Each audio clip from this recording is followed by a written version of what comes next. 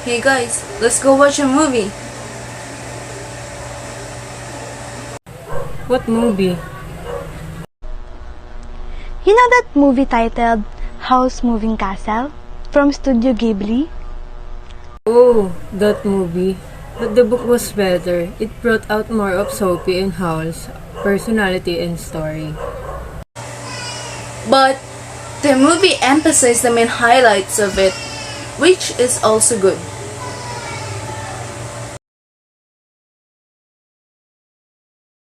Guys, books and movies are our go-to activity to entertain ourselves or to even study.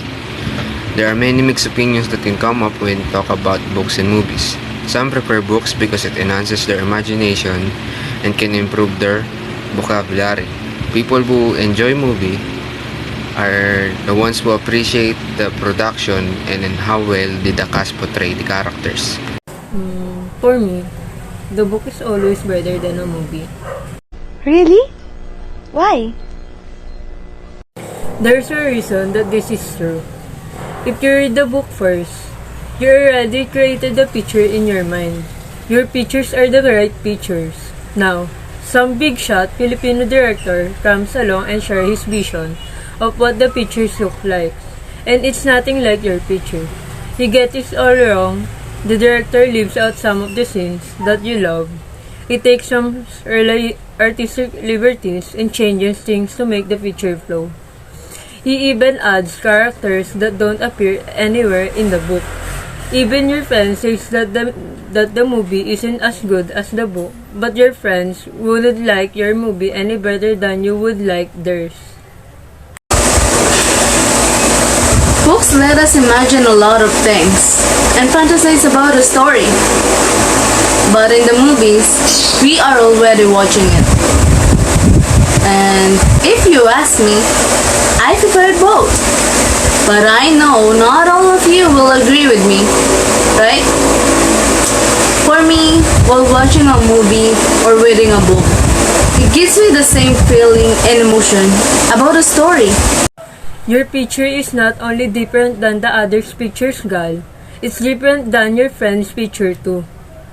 What you see in your mind, even though you are reading the same text, is uniquely your own, isn't it? We can see the mental images we conjure up in someone else's mind. Even when we have words that communicate some meaning, the way we interrupt those words can be unique. I agree with Erin. When you read a book, you can interpret the plot and the story to your liking. Books allow your mind to be creative. Books are much more detailed than films. You may not notice it, but while you're reading a brilliant novel, you are improving your spelling, punctuation, and grammar. Sige na. Choosing between the two will depend on the person's preference. But if you ask me, I would prefer movies because as you know, I'm a lazy reader and I find movies more entertaining, especially movies with lots of good VFX that amazes me. Reading a book can be time-consuming for us slow readers, so watching movie counterpart of a book is always the best choice for us. On the other hand, many readers complain that movie adaptations simply aren't as good as the beloved book on which they are based on. Movies convey our emotions by hearing and by seeing the picture. Thanks to the great sound and visual effects, the detail seems more real. However, a movie projects one main picture that can be somehow limiting to the watchers, who will not think any further of what is depicted on the screen. On the other hand, books are more often visually boring and not as attractive. Nevertheless, books are not just a bunch of letters and words. Books also make us capable of expanding our imagining capacity. Usually, after reading a book, there are countless of ways to interrupt the story and details. Thanks to the law of visual limitation, the several interpretations that the story can get tend to differ between movie watchers and book readers. It's the same story, yet it has remarkably different effect on us. But while in films, it's more likely into reality. Unlike in books, it is hard for you to imagine how characters do it or what place they do it. But in films, you just watch and you know how that will be the course of the story. The more work you do to understand and see someone else's picture, the greater likelihood that you can help them achieve their vision.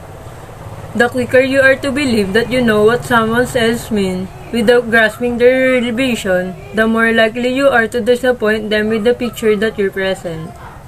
The advantage to the movie is that it takes less time than reading a book. Movies are basically short reads. Reading can be hard for some people. Impatient people can deal with the long suspense that the books have. There's also slow readers. Reading a book makes take way longer in their cases. It's only natural that they will choose to watch a movie instead to finish or even start to read a book. There are many reasons for movies that mostly favor, but the most common one is simply that movies are a fraction of the length of books, so there are many details that might be left out. The missing details might trigger some book readers that sometimes result on them hating the movie. Still, logically, if there's no book, you can create the movie. To be precise, movies depend on the book because, obviously, the books are like the main plan for the movie itself. Say, did you really think movie just pop on people's mind and just give it a go and film it? To answer that, no. Of course not. They need to complete the story or plot. But whatever you want to call it. And if they get the chance, they'll make a movie out of it that's based on the book. But I think books and movies should be appreciated differently, since it's two different kinds of storytelling. This reminds me of the quote that Stephen King said that books and movies are like apples and orange. They both are fruit, but taste completely different. Well said, Kit. So, are we still watching a movie or what? Just play the movie.